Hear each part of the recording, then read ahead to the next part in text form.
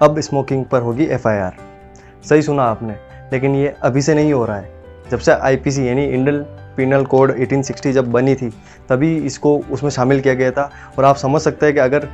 Smoking जैसे को उसमें शामिल किया गया है, या फिर कोई भी जलनशील पदार्थ जो अपन धुएं में उड़ाते हैं या फिर जलाते हैं जिससे धुआं निकलता है, तो उस चीज़ को उसमें शामिल किया गया था। अगर IPC में ये चीज़ शामिल है तो आप समझ सकते हैं कि कितनी खतरनाक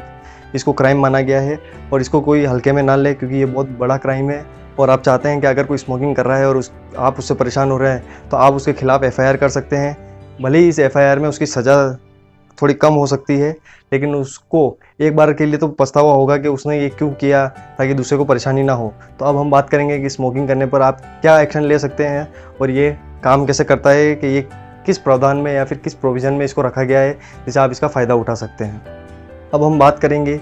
कि ये स्मोकिंग या फिर कोई भी ऐसा धुआं निकालना या फिर किसी चीज़ को जलाना, यानी प्लास्टिक जलाना या कुछ भी जलाने को अगर वायुमंडल गंदा करते हैं तो ये किस धारा के अंतर्गत आता है। तो ये भारतीय दंड संहिता यानी इंडियन पिनल कोड 1860 की सेक्शन 278 के अंदर आता है, जिसमें कहा गया है कि अगर कोई व्यक्ति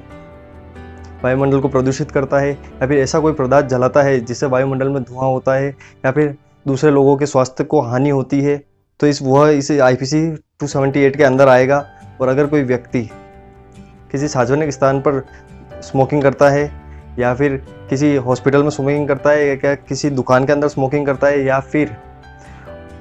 वो प्राइवेट संस्थानों में कोई स्मोकिंग करता है, ऐसी जगह पर जहाँ पर किसी और व्यक्ति को उससे प्रॉब्लम हो सकती है या फिर किसी और को स्वास्थ्य को हानि हो सकती है उससे स्मोकिंग करने के कारण, तो वो कोई भी व्यक्ति वह उसके खिलाफ FIR दर्ज करा सकता है। और स्मोकिंग को इतना दंडनीय अपराध माना गया है कि कोर्ट ने